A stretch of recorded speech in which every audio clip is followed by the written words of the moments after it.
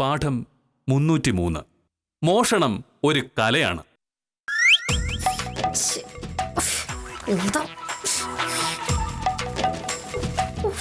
ഒരു സാധനം വെച്ചെടുത്ത് കാണില്ല. എവിടെ കൊണ്ടേ വെച്ചിരിക്കണോ? ഓ, ഇത് ഞാൻ എവിടെ വെച്ചിരുന്നല്ലോ.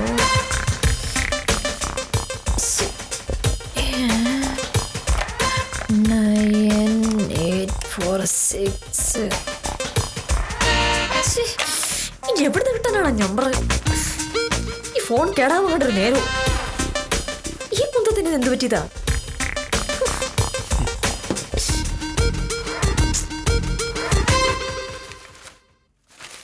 എന്താണ് ഒരു പരവേശം? ഫോണിലൊക്കെ ഇട്ട് കുത്തി കളിക്കുന്നു? അതല്ല മോഹനേട്ടാ, ഈ ഫോണിന് എന്തോ പറ്റി. ഇത് ഓൺ ആവണില്ല. മൊബൈൽ ഫോണുകൾ അങ്ങനെയാണ്, വിശ്വസിക്കാനേ കൊള്ളില്ല. അതുകൊണ്ടാണ് മോഹനകൃഷ്ണൻ മൊബൈൽ വാങ്ങാത്തത്. മോഹനേട്ടൻ മൊബൈൽ വാങ്ങാത്തത് അതുകൊണ്ടല്ല, മുടിഞ്ഞ പിച്ചുകൊണ്ടാ. അതെനിക്ക് മാത്രമല്ല, കേരളത്തിലുള്ള സകല ആളുകൾക്കും അറിയാം. ആയിക്കോട്ടെ, ഏതായാലും ഒരു അത്യാവശ്യം വന്നപ്പോ നിനക്ക് ഈ ഇരിക്കുന്ന സർക്കാർ ഫോൺ വേണ്ടി വന്നല്ലോ. അത് ഞാനായിട്ട് വാങ്ങിയിട്ട് ഞാനായിട്ട് ബില്ലടയ്ക്കുന്ന ഫോണാണ്.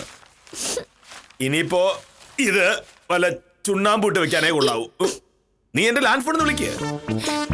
അതല്ല മോഹനേട്ടാ, എനിക്ക് അത്യാവശ്യം ഒരു സദാനന്ദ സാറിനെ ഒന്ന് വിളിക്കണ്ടേ? Land phone ആവാമല്ലോ. എനിക്ക് സദാനന്ദ സാറിന്റെ നമ്പർ കാണാൻ അറിഞ്ഞൂടാ. ഇവിടെ വെച്ചിരുന്ന ഏതോ ഒരു ഡയറിയിൽ ഞാൻ നമ്പർ എഴുതി വെച്ചിരുന്നു, അതിപ്പോ കാണുന്നില്ല. കൊള്ളാം. നീ കഴിഞ്ഞ 1.5 വർഷമായി ജോലി ചെയ്യുന്നത് സദാനന്ദ വക്കീലിന്റെ ഓഫീസിലാണ്.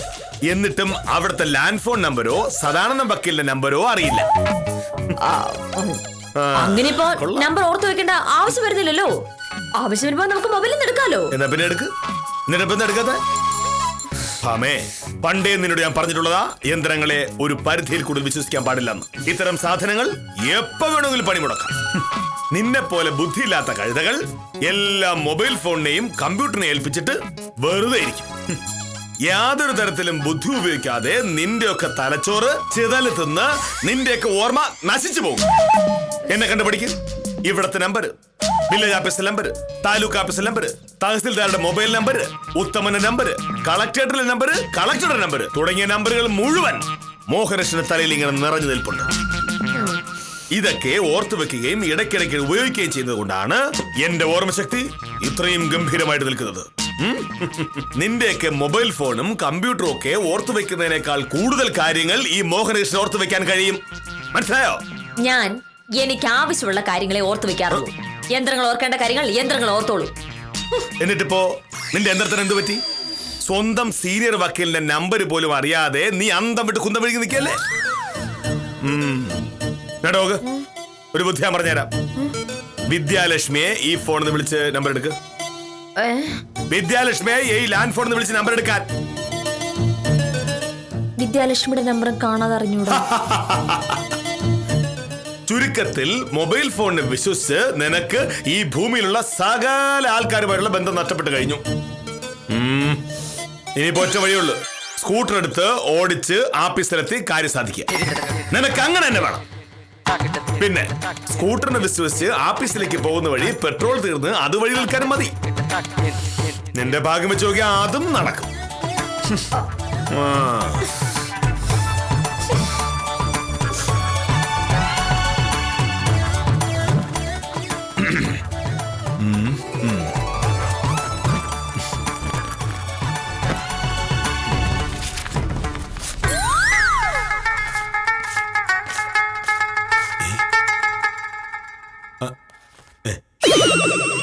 എന്റെ കൂടെ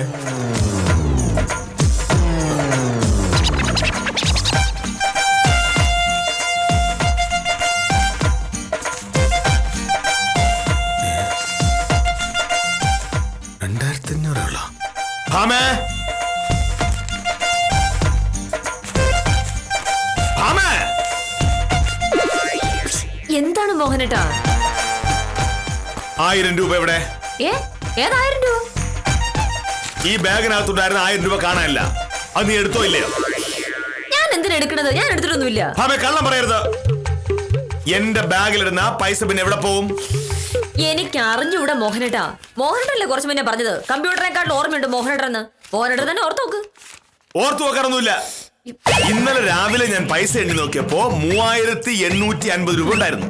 ആഫീസിലേക്ക് പോകുന്ന വഴി കൃഷ്ണൻകുട്ടിക്ക് കൊടുക്കാനുള്ള 53 രൂപയിൽ 50 രൂപ കൊടുത്തു.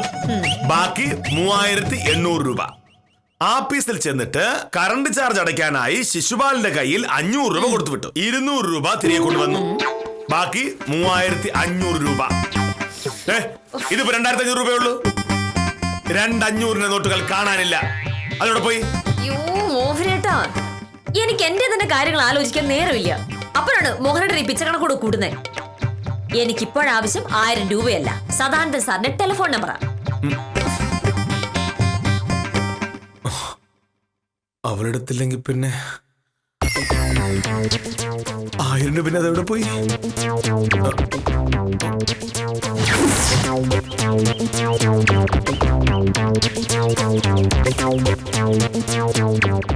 ആ വിദ്യാലക്ഷ്മി, ഞാന് വീട്ടിൽ തന്നെ.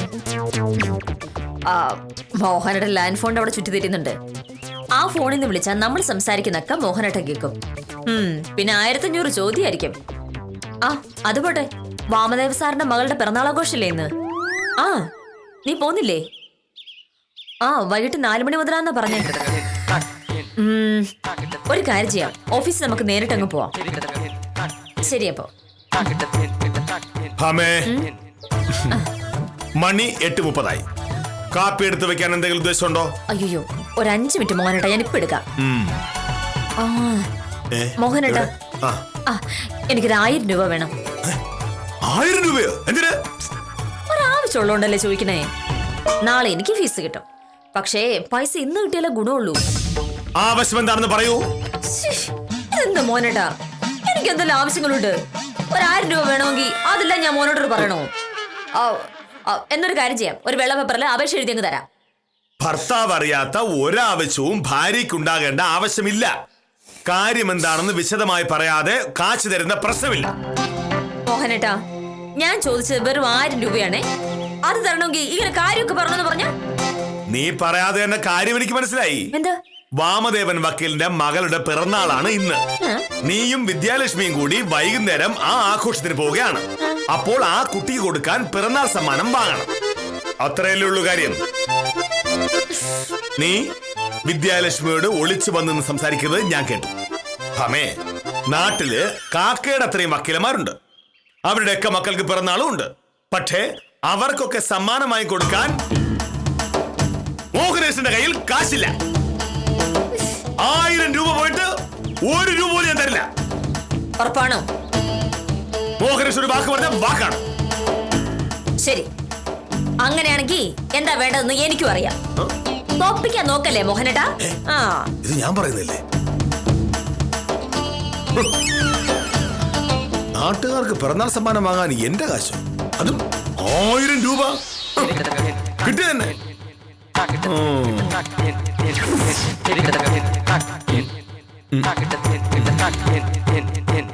ഓഹോ, ഇതാണ് അവൾ പറഞ്ഞത് എന്താ വേണ്ടതെന്ന് അവൾക്കറിയാമെന്ന്. ഭർത്താവിന്റെ പോക്കറ്റ് അടിച്ചിട്ട് ഒന്നും മിണ്ടാതെ സദാനന്ദ വക്കീലിന്റെ ഫോൺ നമ്പർ അന്വേഷിച്ച് നടക്കുന്നു. അഹങ്കാരി. ആഹാ,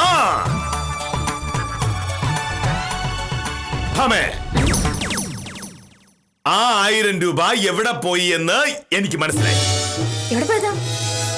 അത് നീ എടുത്തു. ഞാനോ? നിന്റെ ഉണ്ടാക്കാണിച്ചുള്ള ഈ അഭിനന്ദനം എന്റെ അടുത്ത് വേണ്ട. ഇന്നലെ വാമദേവൻ വക്കീലിന്റെ മകളുടെ പിറന്നാൾ ആഘോഷത്തിന് പോകാനുള്ള സമ്മാനം വാങ്ങാനായി നീ എന്നോട് 1000 രൂപ ചോദിച്ച കാര്യം ഞാൻ മറന്നിട്ടില്ല. അങ്ങനെ നാട്ടിലുള്ള വക്കീലന്മാരുടെ മുഴുവൻ മക്കൾക്കും പിറന്നാൾ സമ്മാനം വാങ്ങാനുള്ള കാശൊന്നും ഇവിടെ ഇല്ല എന്ന് ഞാൻ പറഞ്ഞപ്പോ നീ പറഞ്ഞു എന്ത് ചെയ്യണം എന്ന് എനിക്കറിയാം എന്ന്. ഇപ്പോഴാ എനിക്ക് മനസ്സിലായത് ഇത് ചെയ്യാനായിരുന്നു നിന്റെ പരിപാടി എന്ന്. മര്യാദക്ക് ബാഗിൽ നിന്ന് 1000 രൂപ എടുക്ക. ഞാൻ എടുത്തിട്ടില്ല. നീ എടുത്തെന്ന് എനിക്ക് ഉറപ്പാണ്. നീ എടുക്കാതെ പിന്നെ എന്റെ ബാഗിൽ നിന്ന് കാശെടുക്കുന്ന ആരാ?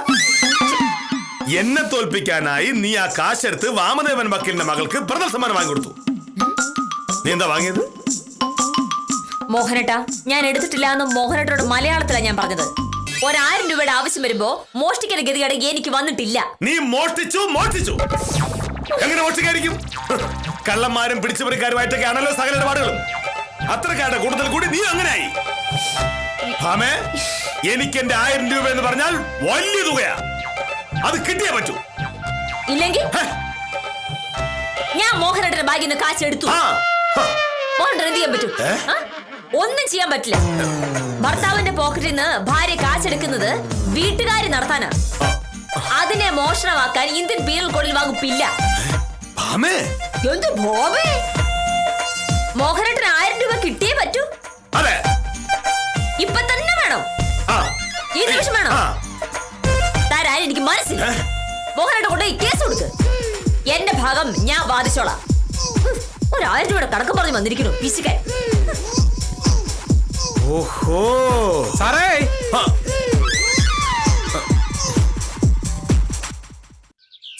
നമസ്കാരമുണ്ട് സാർ. ഞാനൊരല്പം താമസിച്ചു പോയി. സാർ ഇറങ്ങി കാണുമെന്ന് പേടിച്ചിട്ടാണ് ഞാൻ ഓടിക്കയറി വന്നത്. അങ്ങനെ പേടിക്കേണ്ട കാര്യമൊന്നുമില്ല ഉത്തമ. ഞാൻ എല്ലാ ദിവസവും കൃത്യം 9:38 ഇവിടെ ഇറങ്ങാറുള്ളത്. ഇപ്പോ 9:31 ആയിട്ടുള്ളൂ. നോക്കൂ, സാറ് രാവിലെ വലിയ ഗൗരവത്തിലാണല്ലോ. എന്താണ് സാർ പ്രശ്നം? എങ്ങനെ ഗൗരവത്തിലാകാതിരിക്കും? ഉത്തമൻ ഒരു കാര്യം ചെയ്യരുത് എന്ന് പറഞ്ഞിട്ട് ഉത്തമന്റെ ഭാര്യ അത് ചെയ്താൽ ഉത്തമൻ എന്ത് ചെയ്യും? ചിരിക്കുമോ? എന്റെ ഭാര്യ? അതേത് ഭാര്യ? ഞാൻ കല്യാണം കഴിച്ചിട്ടില്ല സാർ, അക്കാര്യം മറന്നുപോയി. എന്റെ ഓർമ്മശക്തി അളക്കാനല്ല ഞാൻ ഉത്തമനോട് പറഞ്ഞത്. ഭർത്താവ് വേണ്ട എന്ന് പറഞ്ഞൊരു സാധനം ഭാര്യ വാങ്ങുന്നത് ശരിയാണോ അല്ലയോ? അല്ല, അതിപ്പോ അങ്ങനെ ചോദിച്ചാ സംഗതി എന്താണെന്ന് വിശദമായിട്ട് പറയാതെ ഞാൻ എങ്ങനെയാണ് സാറേ ഇക്കാര്യത്തിൽ ഒരു അഭിപ്രായം പറയുന്നത്? ഭർത്താവിന്റെ അനുവാദമില്ലാതെ ഭർത്താവിന്റെ പോക്കറ്റിൽ നിന്ന് പണമെടുത്ത് ഭർത്താവിന് ഇഷ്ടമില്ലാത്തൊരു സാധനം വാങ്ങാൻ ഭാര്യ തീരുമാനിച്ചാൽ ഭർത്താവ് എന്ത് ചെയ്യണമെന്ന ചോദ്യത്തിന് മാത്രമുള്ള ഉത്തരം ഉത്തമൻ തന്നാ മതി. കാര്യത്തിന്റെ കിടപ്പെന്താണെന്ന് എനിക്ക് ഇപ്പൊ മനസ്സിലായി. വക്കീലിൽ എന്തോ സാധനം വാങ്ങണം, അതിന് സാറ് സമ്മതിച്ചില്ല. വക്കീല് സാറിന്റെ പോക്കറ്റിൽ നിന്ന് കാശ് അടിച്ചു മാറ്റി. ഇതല്ലേ ഉണ്ടായത്? അതെ. ഭർത്താവിന്റെ പോക്കറ്റിൽ നിന്ന് ഭാര്യ കാശെടുക്കുന്നത് മോഷണത്തിന്റെ പരിധിയിൽ വരൂ എന്നുള്ള കാര്യം എനിക്കറിഞ്ഞൂടാ. പക്ഷേ എടുത്തത് വക്കീലായതുകൊണ്ട് അതിൽ എന്തെങ്കിലും കാരണം കാണുമോ എന്നുള്ള കാര്യത്തിൽ എനിക്ക് സംശയമില്ല. അതുകൊണ്ട് ഇതിലിടപെട്ട് നിങ്ങളിൽ ഒരാളുടെ ശത്രുത ഉണ്ടാക്കേണ്ട കാര്യമൊന്നും എനിക്കില്ല. എന്നെ ഇത്തരം വലിയ പ്രശ്നങ്ങളിൽ നിന്നൊന്നും ഒഴിവാക്കി തരണേ സാറേ. പിന്നെ സാറേ, ഞാൻ വന്നതേ ഇന്നലെ സാറിന്റെ കയ്യിൽ നിന്ന് വാങ്ങിച്ചില്ലേ കാശ് തിരിച്ചു തരാനാ.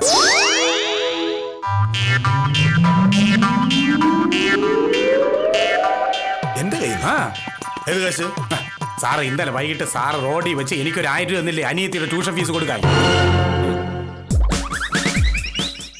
ഇന്ന് രാവിലെ സാർ ആഫീസിൽ ഇറങ്ങുന്നതിന് മുമ്പ് തരണമെന്ന് പറഞ്ഞു.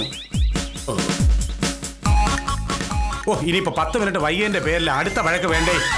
ഇനി വല്ലപ്പോഴും അത്യാവശ്യം വരുമ്പോ കാശ് തരാം. എനിക്ക് സാറല്ലേ ഉള്ളൂ. എന്ത് സാറേ, ഇന്നലെ തന്ന 1000 രൂപയുടെ കാര്യം മറന്നോ?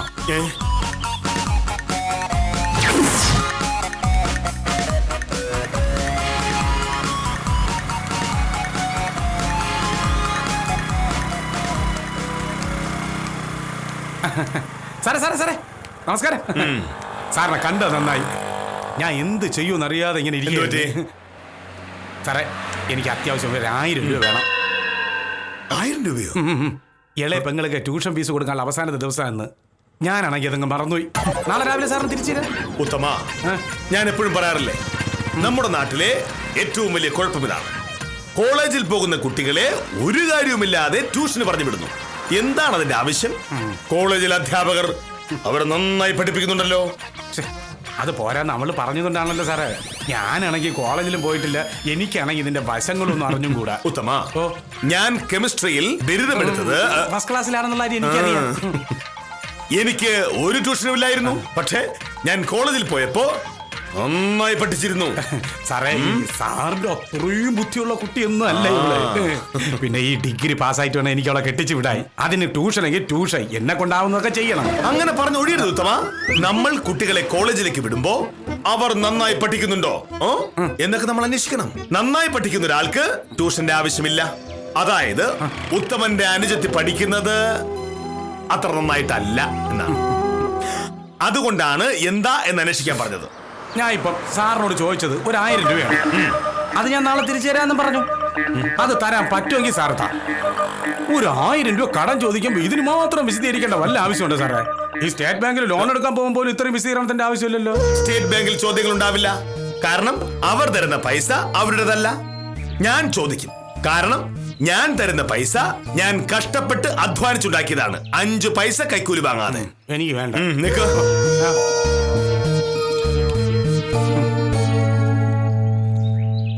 ഈ പൈസ ഞാൻ തരുന്നത് കൊണ്ട് ഞാൻ സ്വകാര്യ ട്യൂഷനെ പ്രോത്സാഹിപ്പിക്കുന്നു എന്ന് കരുതരുത്.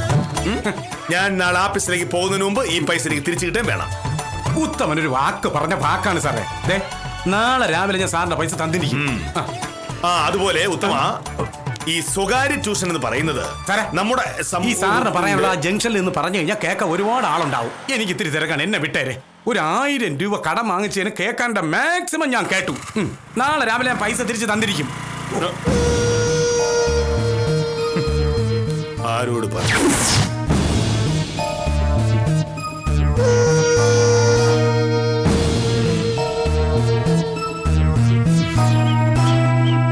രാവിലെ കൃഷി ഓഫീസിൽ പോയിട്ട് 1-2 കാര്യങ്ങൾ ഉണ്ടായിരുന്നു. അതും കഴിഞ്ഞ് വരുന്ന വഴി ബില്ല് ഓഫീസിൽ കൊണ്ടുവന്ന് കാശ് തരാമെന്നാണ് ഞാൻ ആദ്യം വിചാരിച്ചത്. പക്ഷെ അങ്ങനെ ഞാൻ ചെയ്ത അതിന്റെ പേരിൽ സാറിന്റെ വായിരിക്കുന്ന മുഴുവനും കേൾക്കേണ്ടി വരുമെന്ന് എനിക്ക് അറിയാവുന്നുള്ളത് കൊണ്ടാണ് നേരെ ഇങ്ങോട്ട് എന്നെ വച്ച് പിടിച്ചത്. സാറേ 1000 രൂപ കൃത്യമായിട്ടുണ്ട്. അപ്പൊ ഞാൻ പോട്ടെ. എന്തുവാ സാറേ? ഞാൻ ഈ 1000 രൂപ കടന്നെന്ന കാര്യം സത്യഭാമ അറിയണ്ട. എന്താ സാറേ?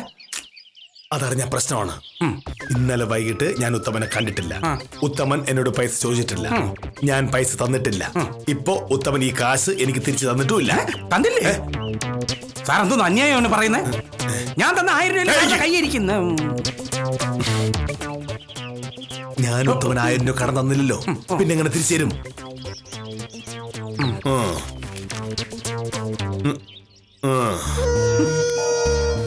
അത് കൊള്ളാലോ. വന്ന് മോനേട് സാർ വക്കീലിനെ പേടിച്ചു തുടങ്ങിയോ? കടുവായ കിടുവ പിടിക്കുന്നു.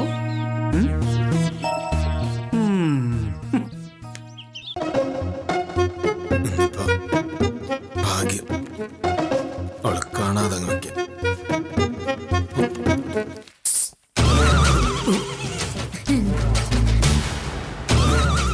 കണ്ടല്ലോ. എന്ത്? ആ ഡയറിയിൽ കാശ് ഒളിപ്പിച്ച് വെക്കുന്നത് ഞാൻ കണ്ടു. കാശ് ഒളിപ്പിച്ചു വെച്ചെന്ന് ആര് പറഞ്ഞു? ഞാനതൊരു അത്യാവശ്യം എടുത്ത് വെച്ചതാ. എന്ത് അത്യാവശ്യം? എനിക്ക് 1230 ആവശ്യങ്ങളുണ്ട്. അതൊക്കെ നിന്നോട് പറയേണ്ട കാര്യം എന്താ? ഭർത്താവ് അറിയാതെ ഭാര്യയ്ക്ക് ഒരാവശ്യം വരാൻ പാടില്ല. ഭാര്യ അറിയാതെ ഭർത്താവിന് 1736 ആവശ്യങ്ങൾ വരാം. അതിവിടുത്തെ ന്യായവാ? ഉത്തമൻ പറഞ്ഞതെല്ലാം ഞാൻ കേട്ടു. അയ്യോ, ഇനി എന്താ സാറിന് പറയാനുള്ളേ?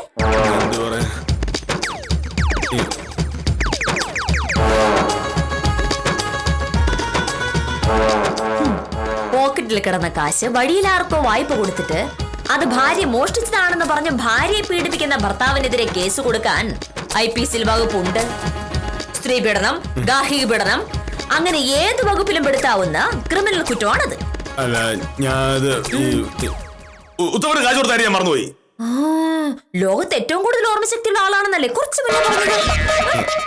മൊബൈൽ ഫോണും കമ്പ്യൂട്ടറും ഉപയോഗിക്കാത്തവർക്ക് ഭയങ്കര ഓർമ്മയായിരിക്കും എന്ന് പറഞ്ഞു. അല്ല, എത്ര ഓർമ്മ ഉണ്ടെങ്കിലും ചില കാര്യങ്ങൾ മറന്നു പോകും നമ്മള്. സാധാരണ മനുഷ്യന് മറക്കും, പക്ഷേ മോഹനേട്ടൻ സാധാരണ മനുഷ്യനല്ലല്ലോ. ഈ 1000 രൂപയുടെ പേരിലാണ് എന്നെ കായംകുളം കൊച്ചിനോട് അമ്മൂമ്മയായിട്ട് ചിത്രീകരിച്ചത്. മോഹനേട്ടന് കുറച്ചു മുന്നത്തെ ഭാവം കണ്ടപ്പോ ഞാനത് റിസർവ് ബാങ്ക് കൊള്ളയടിച്ച പോലെയാണ് എനിക്ക് തോന്നിയത്. എന്തത്? 1000 രൂപ. അതെനിക്ക് മനസ്സിലായി. എന്തിനാണ്? നിനക്കെന്ത് വാങ്ങണമെന്ന് പറഞ്ഞില്ലേ? എന്ത്? വാമദേവൻ വക്കീലിന്റെ മോളുടെ പിറന്നാളിന്. ഞാൻ പറഞ്ഞു. ഓക്കെ, മോഹനേട്ടൻ സങ്കല്പിച്ചുണ്ടാക്കിയതല്ലേ? വാമദേവൻ വക്കീലിന്റെ മകളുടെ പിറന്നാൾ ആഘോഷത്തിന് പോകുന്ന കാര്യം ഞാൻ വിദ്യാലക്ഷ്മിയോട് ഫോണിൽ സംസാരിക്കുന്നത് മോഹനേട്ടൻ കേട്ടു. അത് കഴിഞ്ഞ് ഞാൻ 1000 രൂപ ചോദിച്ചപ്പോ മോഹനേട്ടൻ കരുതി അത് പിറന്നാൾ സമ്മാനം വാങ്ങാനാണ് എന്ന്. അല്ലാതെ ഞാൻ അങ്ങനെ ഒരു ആവശ്യം പറഞ്ഞിട്ടേ ഇല്ല.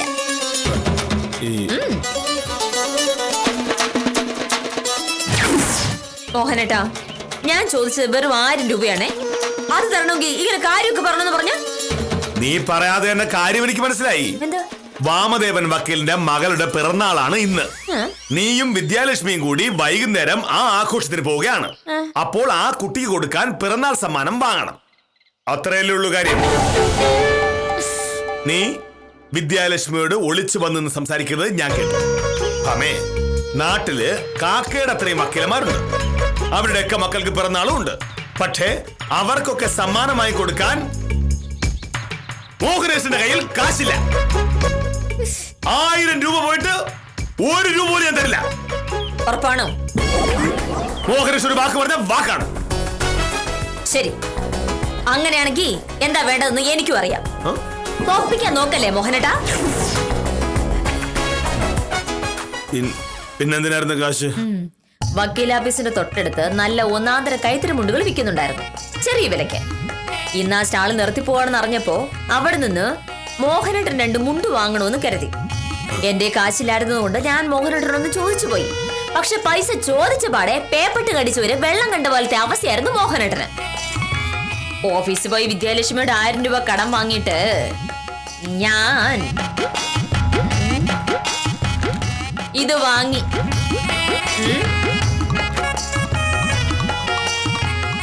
ഇതുപോലത്തെ 2 മുണ്ട് 900 രൂപയ്ക്ക് കിട്ടുന്ന ലാഭമല്ലേ? 900 രൂപയ്ക്ക് കിട്ടിയെങ്കിൽ ലാഭം തന്നെ. അതെങ്കിലും എന്റെ സാറ് സമ്മതിച്ചു തന്നല്ലോ. ഭർത്താവിനോടുള്ള സ്നേഹം കൊണ്ട് 2 മുണ്ട് വാങ്ങാൻ തീരുമാനിച്ചതിന്റെ പേരിൽ എന്തെല്ലാം ഞാൻ കേട്ടു. ഓർമ്മശക്തി ഇല്ലാത്തവൾ, ഭർത്താവിന്റെ പണം അപഹരിച്ചവൾ. ക്ഷമിക്ക.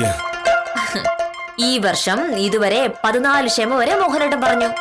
എല്ലാം ഞാൻ എഴുതി വെച്ചിട്ടുണ്ട് കേട്ടോ. പിന്നെന്തിനാ പൈസ? വിദ്യാലക്ഷ്മിയുടെ പൈസ തിരിച്ചു കൊടുക്കണ്ടേ? അത് ഫീസ് കിട്ടുമ്പോ ഞാൻ തിരിച്ചു കൊടുത്തോളാം. വില്ലേജ് ഓഫീസറുടെ 1000 രൂപ കളയണ്ട. എന്നാലും വെച്ചോ. വേണ്ട.